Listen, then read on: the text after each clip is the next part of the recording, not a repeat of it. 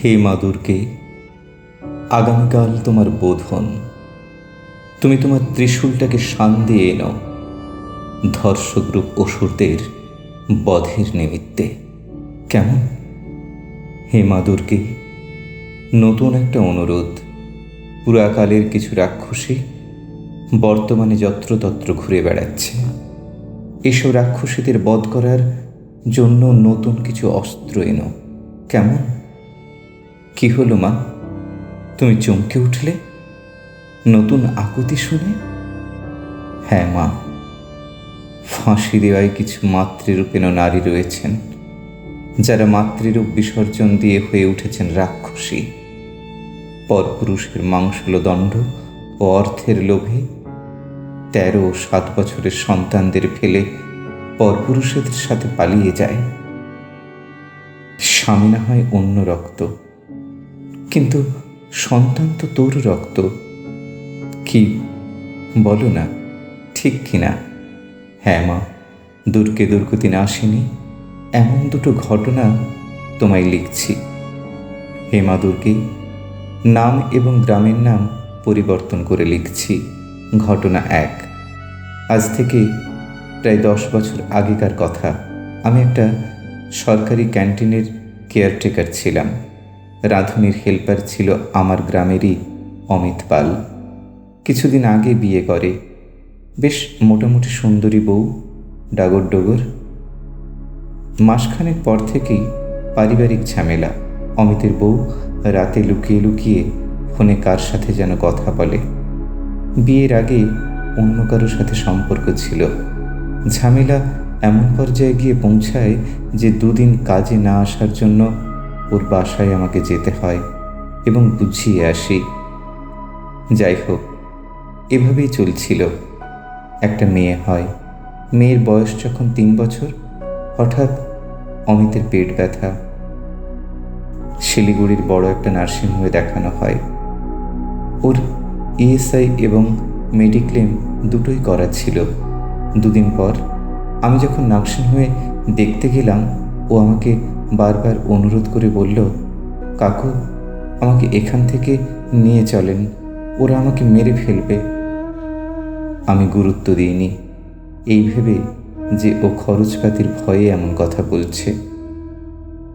2 দিন পর ছেলেটি মারা যায়। অমিতের বয়স তখন আনুমানিক 26 থেকে 28 বছর।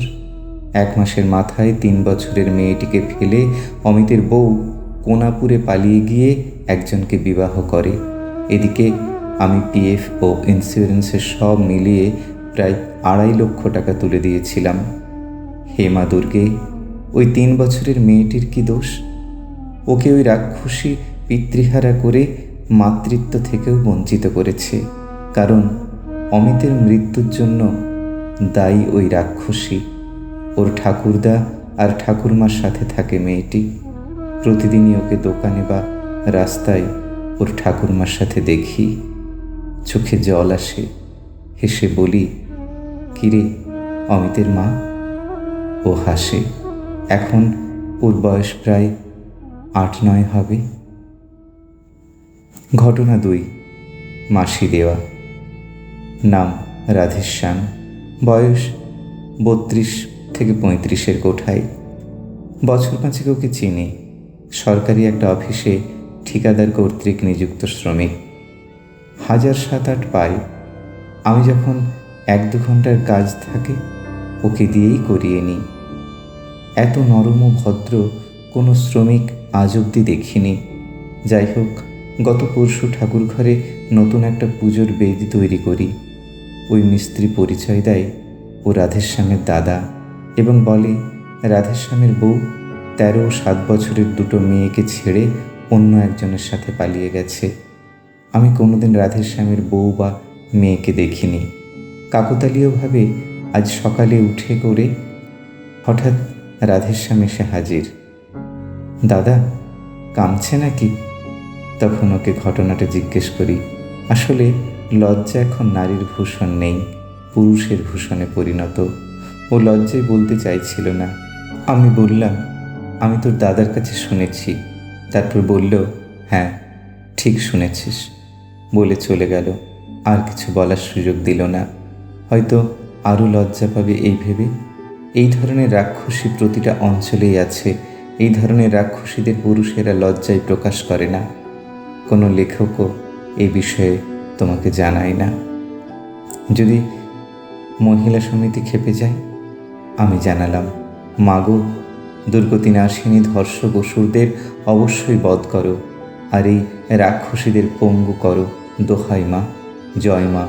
মাগো দুর্গা, দুর্গতি নাশিনী, রাক্ষসী পঙ্গুকারিণী, নমস্তস্যৈ নমস্তস্যৈ নমস্তস্যৈ নমো নমঃ। नमो नमः। नमो जगत्प्रतिष्ठायै देव्यै कृत्यै नमो नमः। या देवी सर्वभूतेषु विष्णुमायेति शब्दिता, नमस्तस्यै नमस्तस्यै नमस्तस्यै नमो नमः। या देवी सर्वभूतेषु चेतनस्याभिधीयते, नमस्तस्यै नमस्तस्यै नमस्तस्यै नमो नमः।